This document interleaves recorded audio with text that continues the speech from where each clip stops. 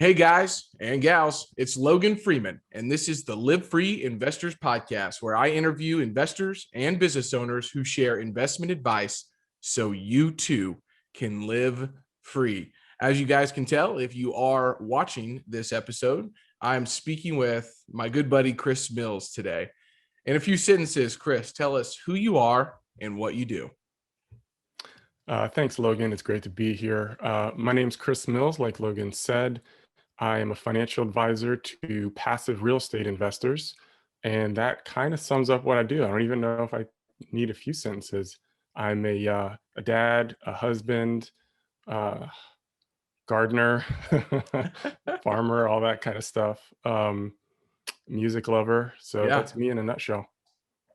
You know, what was interesting to me and why you're on the show is we've talked a lot about real estate, right? Obviously, back Mhm. and forth, but from the books that you have shared with me, I know that being a father and being a man of faith is very important to you, and that always stands out to me when I'm speaking to folks. And I just wanted to acknowledge you for that, because it's, I think something that's not spoke about a lot. And we've talked a lot about, being fathers on this show with Jerome Myers and Yona Weiss and a few other guys. And I'm like, okay, everybody wants to talk about work-life balance, which, by the way, if you listen to me, I'm not a proponent of. It's, those things Mhm. are intermingled for me. But keeping your personal life and keeping your priorities in check is super important. And I feel like you've done a great job with that. And I've got a couple of the books that you've recommended me right behind me by Isabella right there. And I'm starting to get into some books to read about real parenting, because my little girl's 2.5 years old now, and she is coming into her own little personality for sure. But what I wanted to talk about today was a few things, but just wanted everybody to kind of know who you were. But let's start with, okay, how did you get into the financial planning world? And then how do you marry that with kind of the alternative investments that we're talking about in relation to real estate? Gotcha. So it is kind of an interesting story because when I started out 18, I guess, I went to a guy in my church who was a successful entrepreneur and investor and said, "Hey, I've been studying up on investing. I want to invest. Can you show me how to do this?" And so he said, "Yeah, absolutely." And, he talked to me about, the stock market and Yeah, things of that nature, market-based securities. So he said, pick a stock that the company's not going anywhere, nothing foreign, something you're really feel good with, and put some money there. So I put $1,000 into this company that is considered blue chip. It's not going anywhere. You'd know the name if I said it. sure. And saw him the next Sunday. I said, "Okay, I did it. Got my E-Trade account. I opened up my account. I've got this stock. Now, how do we make it go up? What do we do?" Right. And he just kind of looked at me. He was like, "Yeah, buddy, that's not how it works. You just have to hope you made a good decision, and you don't have any control." I was like, "Well, I can't not have control. This is dumb. Why do people do this?" So I wrote it out as long as I could. I think I took a small loss, but that kind of sparked something in me like, okay, I need to figure something else out. Right. So, yes, ironically, I've kind of come full circle by now, but my parents were out of work for a while, and I was right out of college, started a company just to kind of help out, right? And my mom took a lot of it wasn't a lot of money, but it was an effort, right?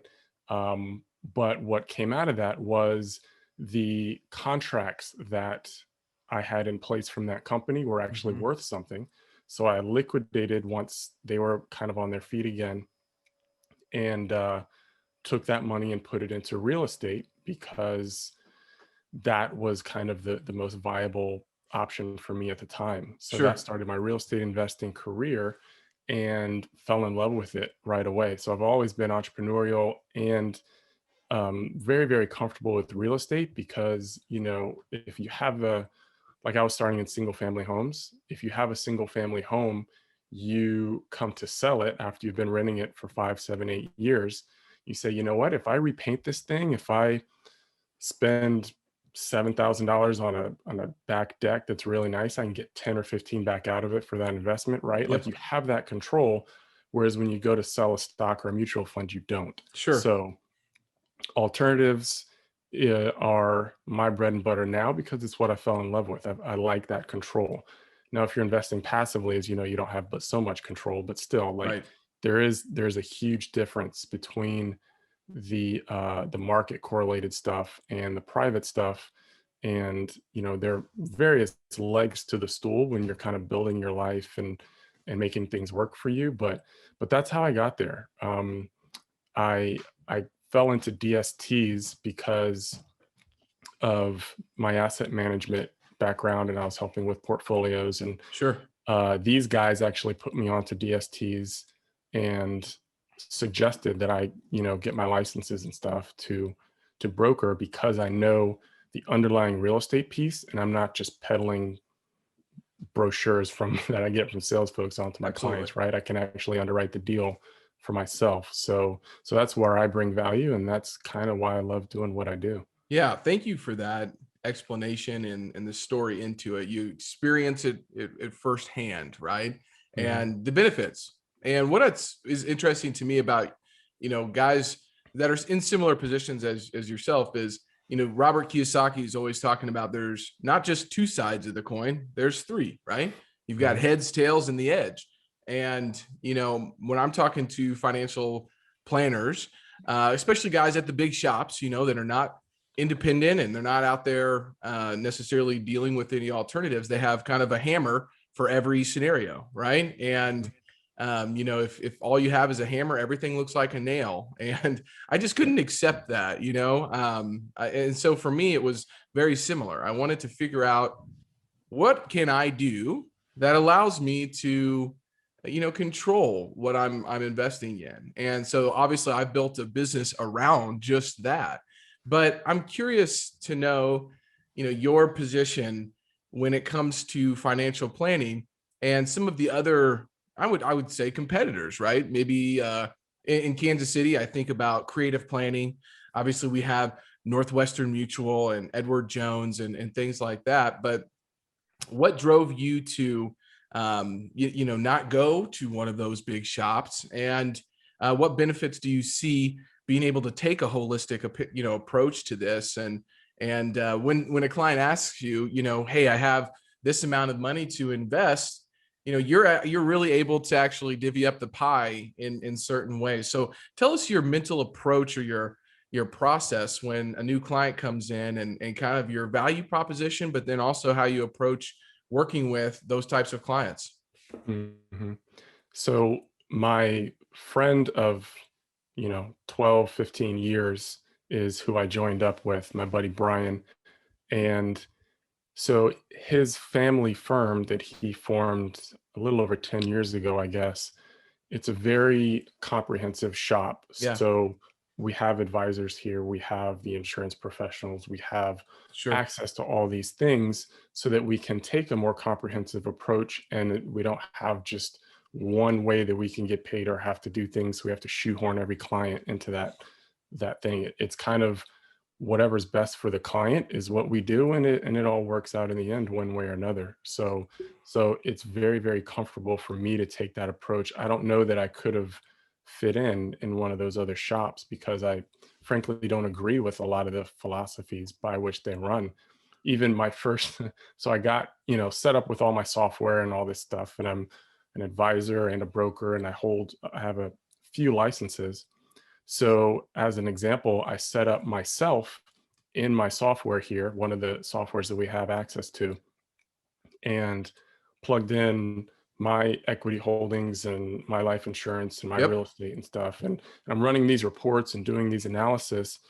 And I wound up on the phone with customer support because I'm saying, hey, I can't make these reports work right. I do my asset allocation and none of my real estate shows up. And the lady on the other end of the phone, she says, well, real estate's not an asset. That's why.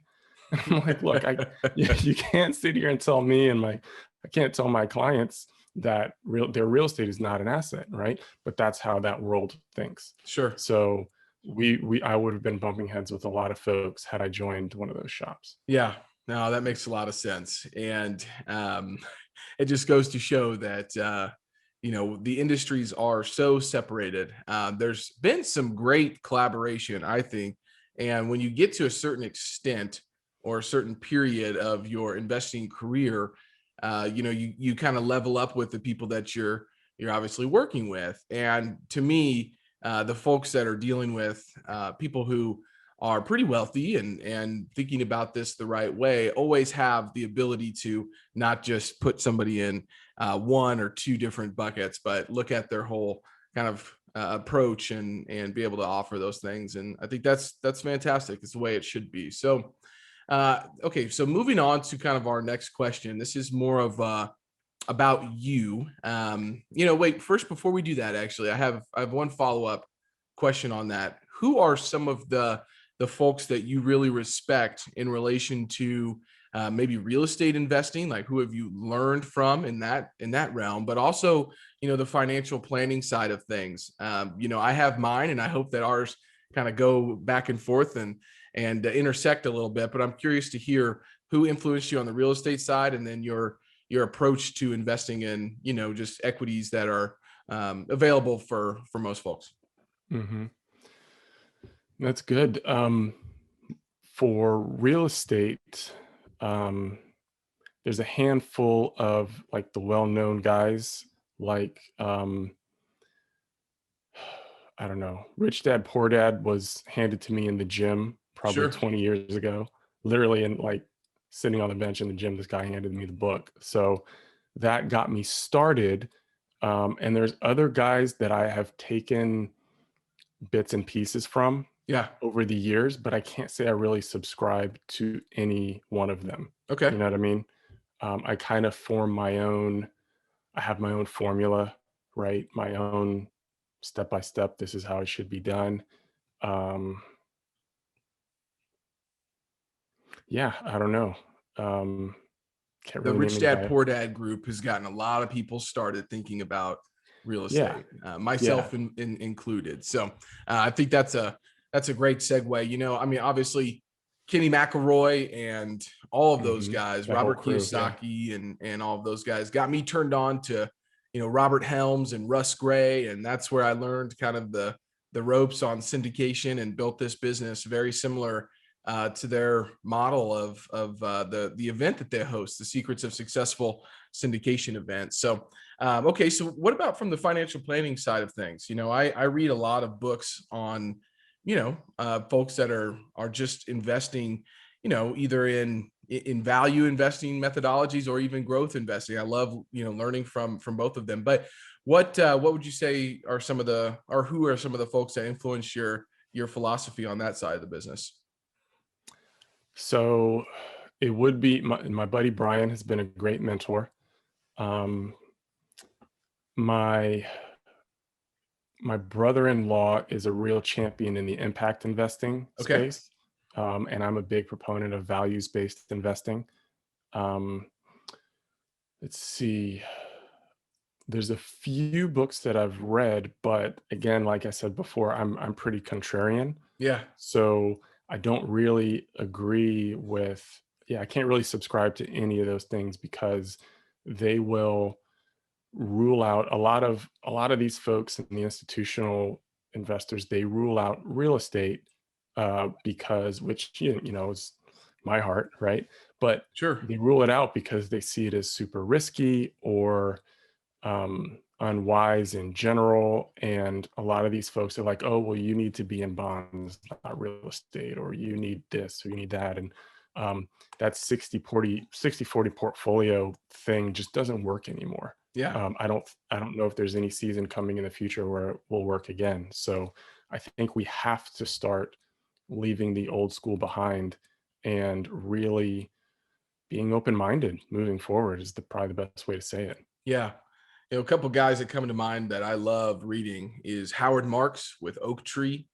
Hmm. I really enjoy reading his memos. I'm reading his book, Mastering the Market Cycle right now. It's a deep book, so I'm reading that. But also I'm excited to jump in his first book, which I always forget what it's called, but it's right behind me. I can't remember his first book, but I'll jump into that one next. But then, obviously, Warren Buffett and Charlie Munger are two guys that I love to follow as well. And, those guys kind of, I would say, are I think the leading factors or the leading principles that I'm following along, and Ray Dalio, because all of those guys got to a point in their career where now they are, imparting their wisdom or philosophies on other people. And one thing I'm trying to do all the time is stand on the shoulders of giants, and understand some of their philosophies. So Sam Zell is another guy on the real estate side and private equity space that is super interesting to me as well. And the godfather of the modern day REIT, I would say. But, those are all great people that I like to steal from and model in my own business. Being a business owner, an investor, an entrepreneur, obviously has a lot of benefits, but there's a lot of, drawbacks as well. But what would you say is the best thing about being an investor and a business owner yourself? Oh, the flexibility. Yeah, The benefits of being able to, I think you actually say this a lot too, building your life around your business. And that's right. and having your business around your life, and just kind of having that flexibility to not um have other people dictating, and having, you do what you got to do as a Yeah. business owner, right? It usually takes a lot more work, but it's on your terms, Yes. right? And at the end of the day, I would much rather die on my own sword. I'd much rather um, just have the flexibility to work 10, 12 hours a day. But in the middle of that day, I can go to my kid's baseball game if I want to. Right. You know what I mean? That kind of lifestyle aspect is huge for me. So at the end of the day, that's really what it is. It allows my family the life we have now, we wouldn't be able to have if I had to sit in a cubicle or whatever, commute 2 hours a day, stuff like that. Lifestyle design, right? Yep. Life by design. And I was sitting with a really successful guy earlier this week, and I kind of asked him, what motivated him, and his is winning. He's he loves to win, which, there's one of my other mentors said, there's two ways to think about winning. You can love to win or you can hate to lose. And you got to figure out which one that is for you. And Hmm. for me, Hmm. it's I hate to lose. I'm not a good I'm not a good loser. But I love to win. I love to be able to design my life and be in control of it. And that's been a common thread from folks that I've had onto this show. What would be one of your top success habits, Chris? Like, what is one thing that you do on a regular basis that really sets yourself up for success? Hmm. I've recently started running. Okay. I hate running, but it puts me in a good place physically and Yeah. mentally, right? After the run. Um, my morning routine is also pretty hard for me because I'm not a morning person. But if I get a jump on the day and everything's lined up, um, that puts me in a good place too. If I'm behind the eight ball at the start of my day, 10, 11 o'clock in the morning, if I'm behind and I'm playing catch up throughout the day, the whole rest of my day suffers. Yeah. But if I really nail it in the morning, then everything else falls into place, and I'm sharper and I'm better, and I'm bringing more value to my clients or Yes. whoever, my kids. So yeah, taking good care of myself is probably the number one thing. Yeah. You subscribe to any type of routine specifically? Obviously, that I'm big on morning routines, and just recently reread Miracle Morning, but the entrepreneur's version this time, and wrote Mm. my vivid vision, which I'm so excited to share with the world when it's ready. But any specific routine that you have, or is it more flexible on what you need at that time? So my staples are just prayer and reading in the morning, Yep. some short way to uh, either work out or just kind of get the blood pumping Yep. somehow. Because again, I need to, I gotta wake up, um, and not some way to clear my mind at the end of the day. So I set up the day so nothing's bugging me, when I'm trying to get to sleep, Yep. and um, yeah, just kind of bookending my day with prayer and reading, and again, keeping my own headspace right. It's one thing I've struggled with a lot, Chris, is I've done an incredible job, I think, being the early riser, 3:30 to 4 o'clock every single day, still do that. Um, if you guys listen to the Compression podcast, I'm a big proponent of Jocko Willink, and I always say, if I can beat Jocko up, I've won the day already. So stand by to get some, right? I love that mentality, but Yeah. I've struggled a lot with turning it off and being able to wind down successfully. So, any tips on what you have been able to do to build that in? Because by the end of the day, you better believe, man, I'm beat. I'm tired. I got 2 kids under 3 years old, and so any tips that you can have, impart some wisdom on a guy for me like me that is a hard charger and how to turn it off, man. How do you do that, or do you do that? I think you have to. Yeah. Yeah. I think what guys like us fall into is that slow burn to where we even think we turned it off, but we really didn't. And, Yeah. a year or two later, we're on the verge of burnout, right? One thing that a practical, tangible that helped me a couple years ago now, a buddy of mine gave me a compound bow. Showed me how to use it. We were kind of de-stressing. He came out. I've got some acreage, so we were just kind of out shooting, and he brought a bunch of stuff to shoot. Yeah.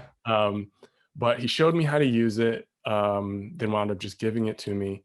And what that did for me was it forces you to focus, right? As I learned it, I learned how to, you have to set up your feet and your shoulders and all this stuff. And there's so many intricate parts to nailing that shot at 40, 50 yards and consistently, right? So if your brain is not there, it's probably like golf too, right? I'm not a big golfer, but if whatever kind of forces your mind off of that other stuff and puts you in a different place, it's very de-stressing, it's very cathartic. So it's not easy per se, but if you can find something, a habit, a hobby, whatever, that takes you out and puts you somewhere else, right? Like even running, you can kind of be on autopilot and still thinking about that meeting and all that kind of stuff. But when you're doing something like shooting a compound bow at a target 50 yards away, you can't afford to think about your meeting, or your shots are going to go everywhere. Yeah. Right. So that's an example of something that I would suggest for anyone else who's wired like us, is that you have to find something that is not necessarily stressful or whatever, but something that is going to focus all of your physical and mental attention for that 30, 45 minutes that you're actually doing it. Great advice.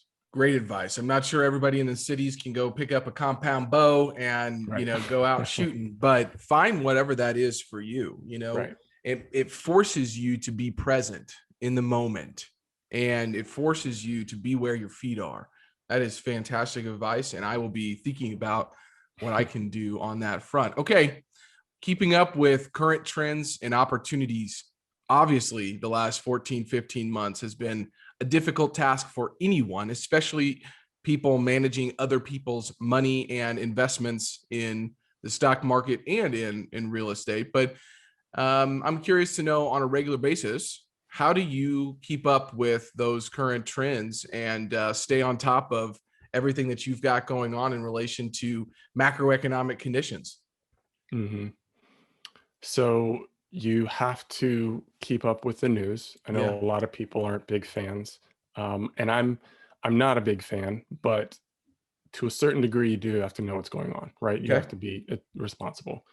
I have a lot of analytical software and all that kind of stuff that I use over here. So, but that's just me. That's not the average person. Really, it's setting yourself up for success kind of insulates you from every change of the winds. You know what I mean? Yep. Um, so yes, you should keep track of things, but you don't want to drive yourself crazy either. There's a large period of time where I would keep track of every bill pretty much that was on the floor of the House and Senate and all this kind of stuff, what might happen and then coming. There's so much stuff in that world that now I'm at the point like, okay, if something's passing or has just passed, I'll figure it out, right? Sure. With very few exceptions. A big tax change that I have to be on top of because I'm doing that for other people and I have to be responsible. But um, whatever folks are doing, I would say don't drive yourself crazy, right? Like look at the headlines, AP and Reuters wires versus like an op-ed or some opinionated Sure. thing. Because if you get lost in people's opinions too, like that's not news, that's just people's opinions. So Absolutely. Yep. yes. It can drive somebody crazy, and why big companies typically have analysts Mhm. keeping on track of all of those different things. So I think it's important to note the fact that when everybody is talking about one thing, let's just take in consideration right now any type of cryptocurrency. I know everybody bought a bunch of crypto, yesterday or the day before yesterday, whatever it was. But these are things that are speculative in nature, and they're driven by sentiment. And that's what I wrote about just recently, is making sure you're making decisions not based on sentiment, but based on tried and true methodologies that have been around for a long time. So on that note, what is your 2 cents on cryptocurrency? And Pun not intended, right? exactly. Uh, there's a lot of folks who, yeah, they're jumping on the bandwagon now. A lot of folks are saying, oh, if I had only bought at such and such price or years ago. At this, I'm okay missing that boat. I personally missed it, and I'm okay with that, because the flip side of that coin is, you like what I did there? Yeah, I love what you did there. The I flip caught side of it. that coin is, how stupid would you feel if you lost 100,000, $250,000, whatever, betting on something that was that speculative at that time? Because you think about when it first came out, how little people knew and how risky it was. Like, yes, it worked out for a lot of those people, but you would only have yourself to blame if you lost a pile of money doing that back then. So I would never, categorically, I mean, if someone has the money to play with, that's fine. But Sure. as an investment, no, I'm okay not being the first in. Yeah. Well, my buddies and I, mostly just my business partners and I, we have a section of we manage money for ourselves in our company. And we have a section that really is called betting. It's a very little amount. But Yep.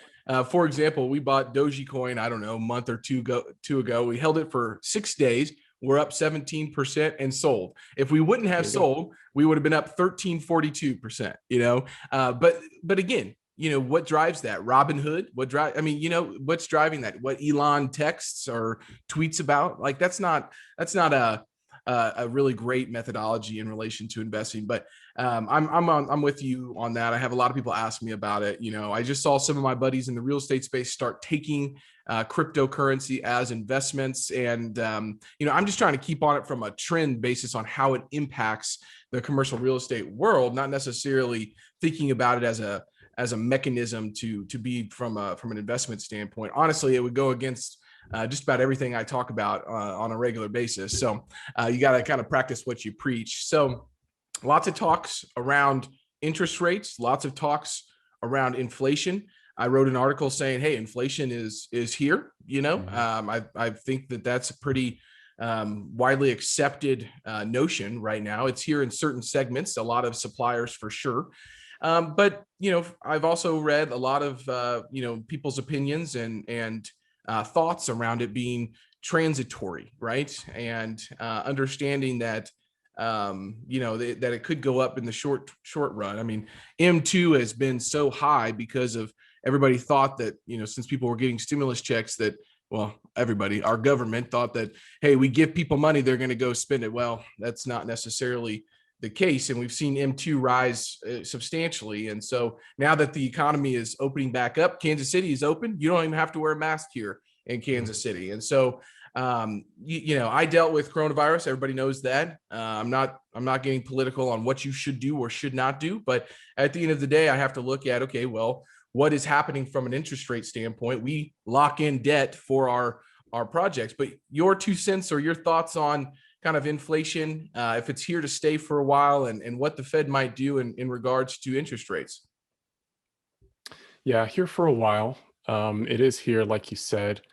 I think different parts of the country are going to look different. We have this sprawl type thing still going on. Yes. People still moving. So it used to be where the cities and urban centers would see more dynamic movements. I think that's going to be a little more spread out now. It's going to be a little more even. I don't know what the Fed is going to do. Sure. Nobody does.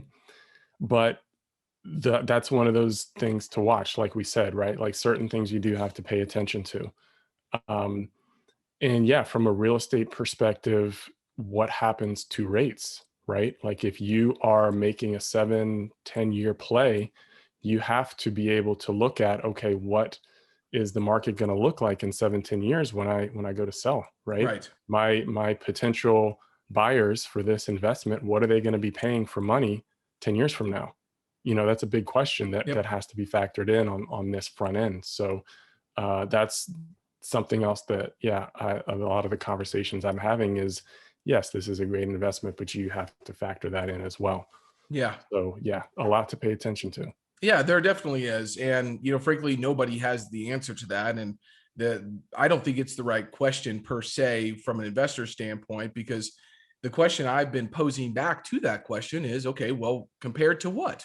Let's get relative, and what else are you going to go do? Are you going to be in the camp that says buy high and sell higher? Well, everybody looks at price to earnings ratios. And even though Howard Marks doesn't think that they are out of whack right now due to the new changing landscapes with the tech companies and things like that, I got to think that, the S&P being where it is during a lockdown is inflated a little bit in regards to, access from Robinhood and these groups that you see on Reddit driving prices up of GameStop and AMC, which is a Kansas City company, by the way. So, frankly, I think that you have to say, okay, well, I understand where it's at from that standpoint, but in the real estate world, yes, 5 to 7 years from now, it might be a little bit different, but at least for those 5 to 7 years, I've got a asset that has intrinsic value, right? It's not dictated necessarily what the market's going to pay. It's at least paying you a dividend on a regular basis if you bought right.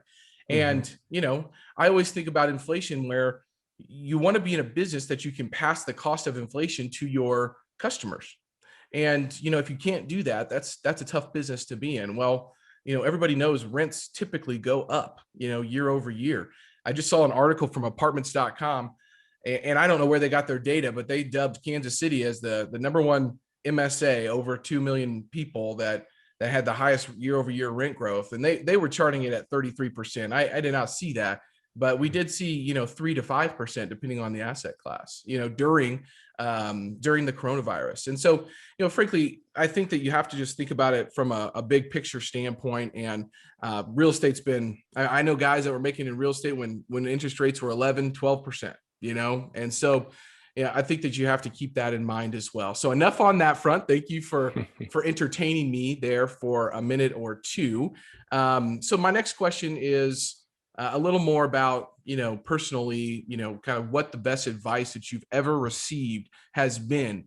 It doesn't have to be necessarily business advice, but, when you're going through a challenge or a problem or a scenario, what is that one thing that kind of pops into your head that says, hey, I remember when so-and-so told me this, stick to that. Can you give me that line? Ooh, man. I'll give you two short ones. Okay. One that just saves me a lot of headache. My dad had a lot of one-liners. He, and that's where I get my dad jokes too. Oh, good. I love dad jokes, by the way. I'm the king of bad dad jokes, so anybody knows that. Yep.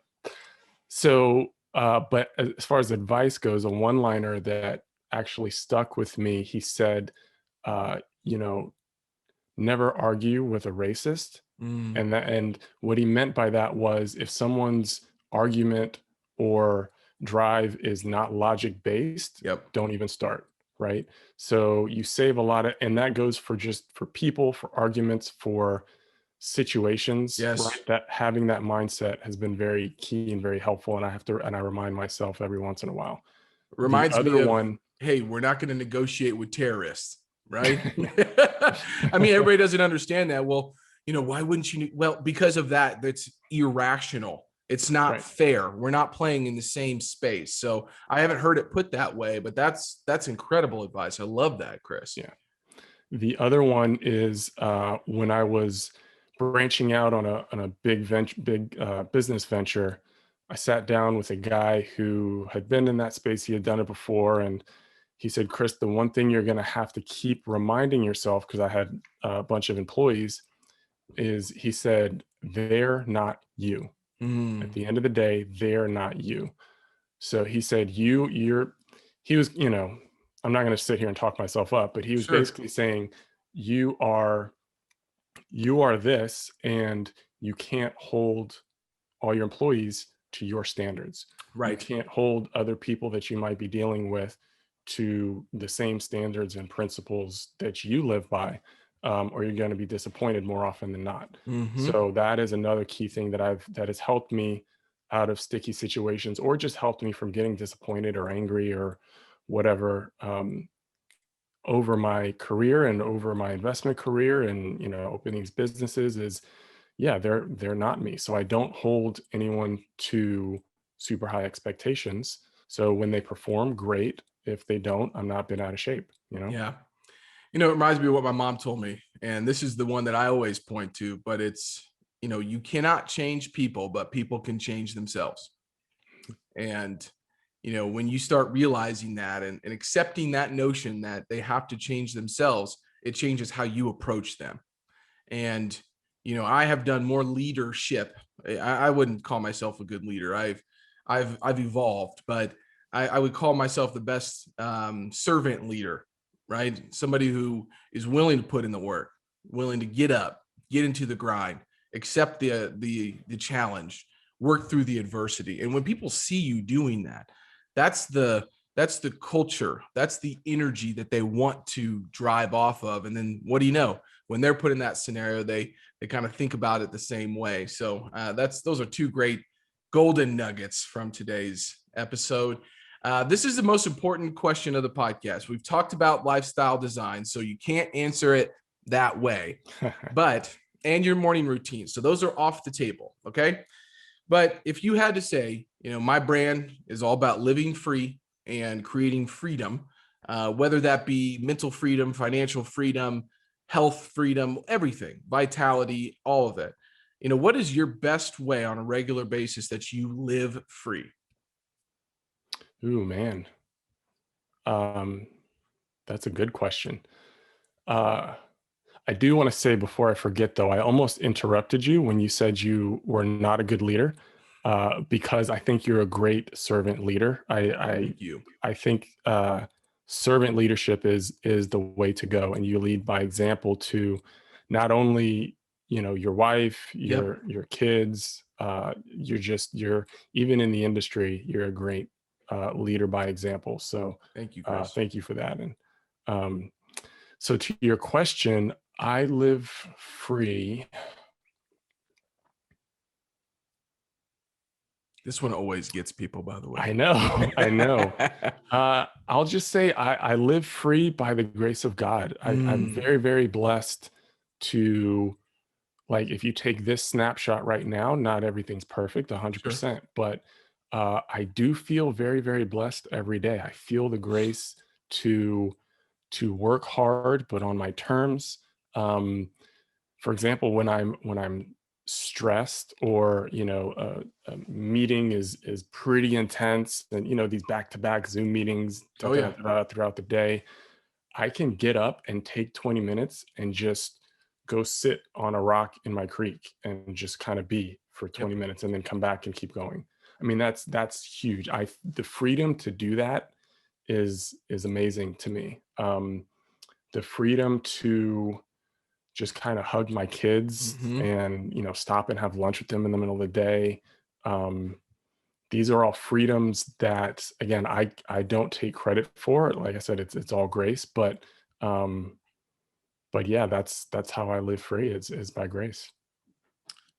That is beautiful.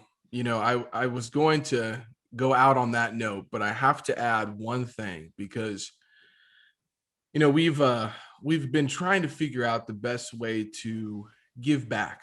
And, frankly, giving of money is not easy ever, but that is the easiest way to give back. Where it's the most difficult is your time. And we built a business, a life that allows us to give some time back now. And I really like that notion of figuring out what it is for you. Obviously, we're both faith-driven guys, time, talent, treasure, straight out of the good book, the big one, right behind me, right there. And well, there's like 15 of them, depending on, I got John Maxwell's Bible. I got them all. I love reading all those different Bibles in the commentary. But, yesterday we were able to take 4 hours, the whole company, and go adopt Restart, which is, the nonprofit that I sit on the board with. And I invited my wife, one of our other employees had their husband there. And it was just so cool to be able to say, yeah, we're doing good for the community, by our investors and all of that stuff. But it's really awesome to say, we're giving back and we're serving a population that we talk about all the time. And, at first it was just, I was working in the kitchen a little bit, doing some easy things, I would say. But the last 30 minutes had the biggest impact on me. My wife had to leave for a meeting, but myself and my business partner and one of our employees walked up to one of the rooms that housed, a person that was homeless at one point. And we were cleaning the room out because this is rapid rehousing, so to speak, or it's, housing for people literally right off the streets.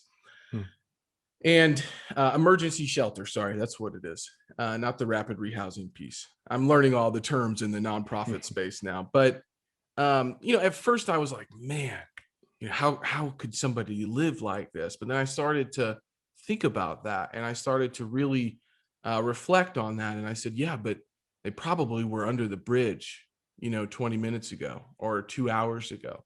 And now they're not, and yeah, it was dirty. We cleaned it up and all of that stuff. But, you could feel something in that room. And what I felt was grace from God to say, hey, dude, you are blessed.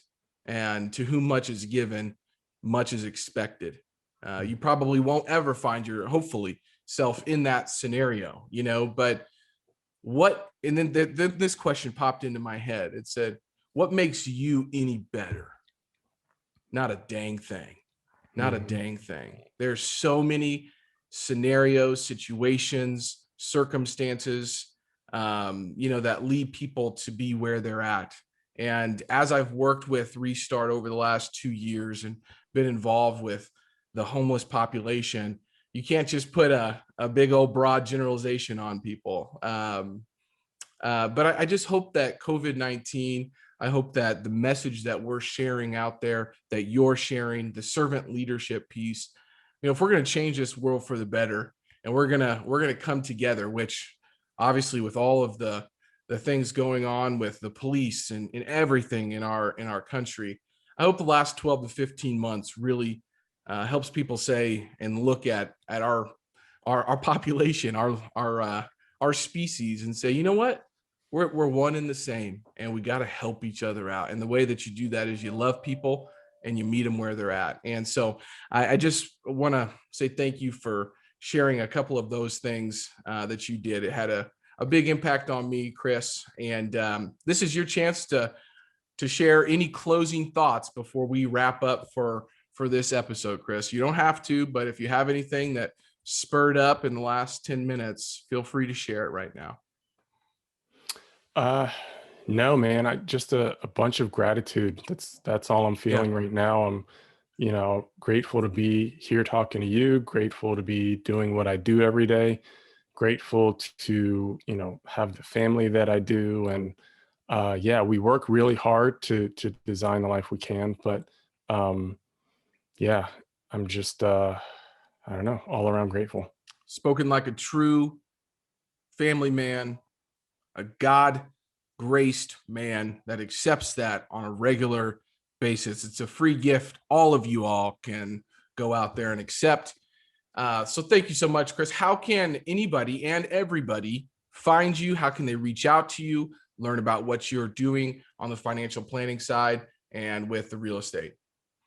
Sure. The company website is thehaneycompany.com, Haney, thehaneycompany.com. My website is mrcdmills.com. And I have a podcast, Skyline Views. Logan's been on there. Absolutely. And that's on the MRCD Mills, mrcdmills.com as well. So those are the best places. I'm also on LinkedIn, Yep. Relatively active there. So yeah, I'm available. Fantastic. Guys and gals, this is Logan Freeman with the LiveFree Investors Podcast, where awesome people like Chris come on, share advice so you too can live free. For more insights and ideas on how you can live free, connect and message with me and with Chris on LinkedIn today. Chris, thank you so much for joining us today. You're more than welcome, buddy. Until next time, guys, live free.